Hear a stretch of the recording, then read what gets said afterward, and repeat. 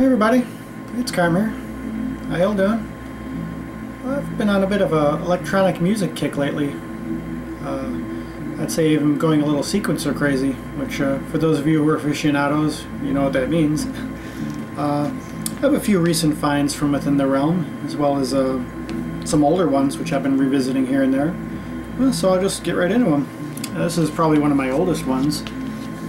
Transfer Station Blue by Michael Shrieve. Many of you probably know him as the old drummer for Santana, as well as I believe it's his brother Kevin Shrieve on guitar, and the great Klaus Schulze. And this is a collaboration between them from 1986 on Fortuna Records. Yeah, really nice blend of electronic and acoustic stuff. Very evocative, very much like the cover, and has a real dark Mysterioso quality, and it's been a favorite of mine probably since I was about 14 or 15. I heard it on the radio way back then, and it always stayed with me. There's a local musician, Bill Vermette, Katha Visions.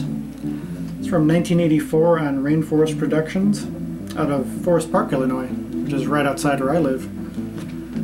This could be considered influenced by the Berlin School, Tangerine Dream, again Klaus Schulze. In fact, he was even saying, I got to see him live, and he was saying in between songs that Phaedra, the 1974 record by Tangerine Dream, kind of set him on his course, and you could hear it on this album, as well as Echoes of Vangelis and others.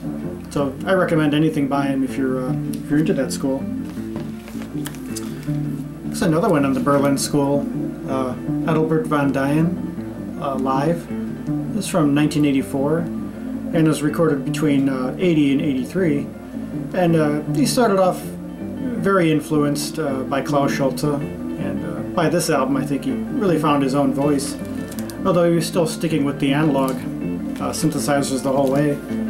I have two other LPs by him. The first one I found in I think 95, and the second one I found just a few years ago.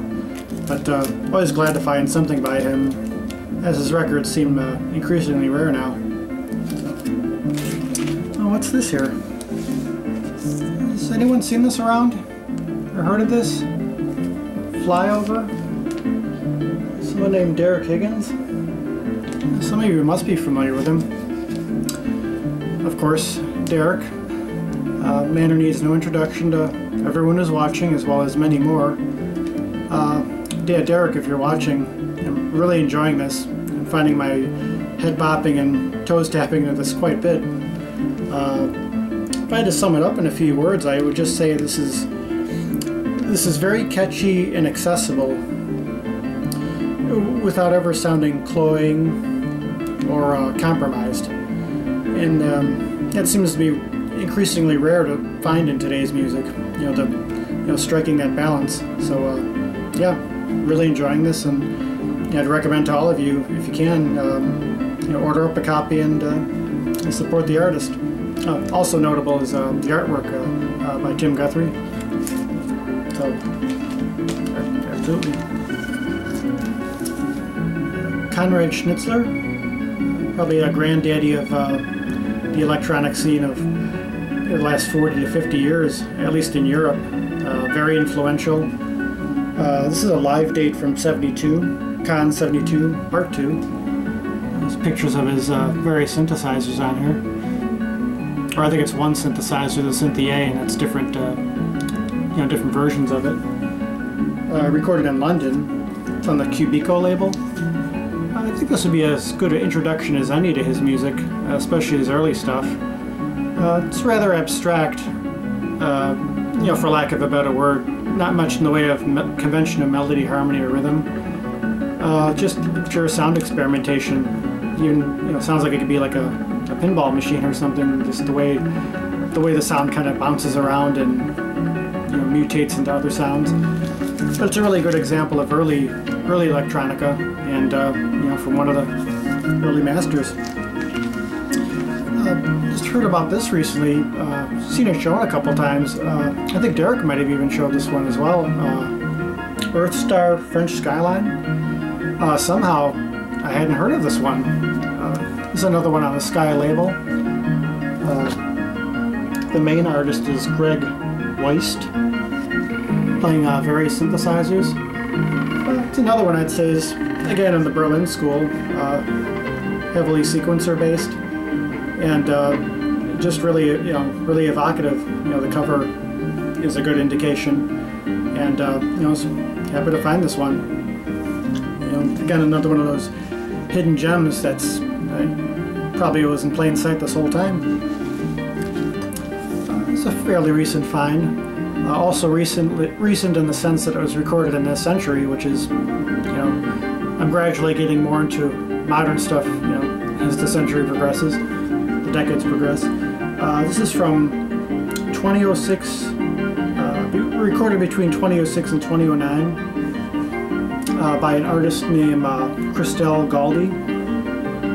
Goes under Trilogy Select, Stellar Home Source. And this, the closest comparison I'd say would be to maybe the German group Cluster, and even like Dieter Mobius' solo work. It has a great deal of whimsy to it.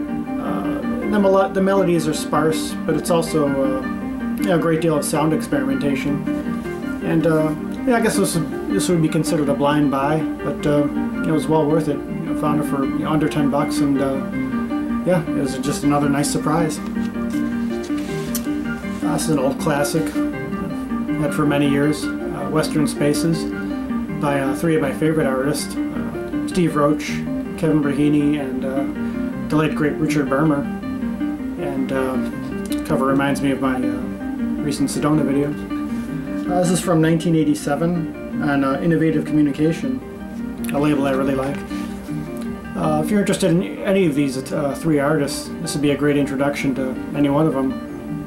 And one of my all-time favorite songs on here is by Richard Bermer, Across the View. I think a later edition of this was re-released on Fortuna Records, and for some reason Bermer wasn't on that one, so this would be the one to get, of course, if you want to hear from all three. And finally, an artist I got into fairly recently, Darren Kearns, Optimal Being.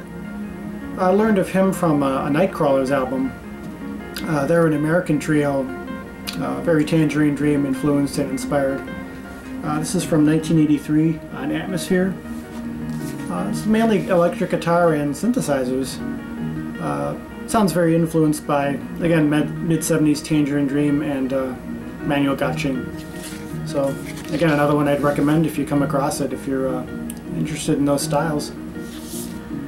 Like I said, I've gone sequencer crazy. Most of this stuff is very much sequencer based, including this one that's, I don't know if you can hear it playing in the background, kind of low. Thomas Ronkin, Within Distance.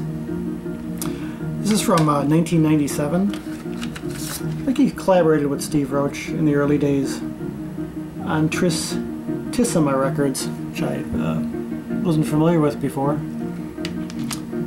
And really like the artwork in here. Yeah, again, more kind of old school sequencer based stuff. But and I don't think he's all that well known, but again, was just happy to find it. Well, I think it'll about do it for this time around. Just wanted to share kind of my current, I guess like the current obsession, which has been, almost a lifelong obsession. I'll have some other recent finds. I was, at Half Price Books recently, and I actually ran into, once again by serendipity, Brother Chris, JC68, but more on that in a future video. Found a few things there, which he, it was like the first time we went digging together. He picked out a few things for me, and plus I stopped at another record store not long after that, so I'll have a few things for a future video to show. So yeah, just hope you're all doing well, and hope it's warming up in wherever you're at. It's starting to thaw out gradually here in the Chicago area, so spring is coming by slowly but surely. Well, until next time, take care everyone.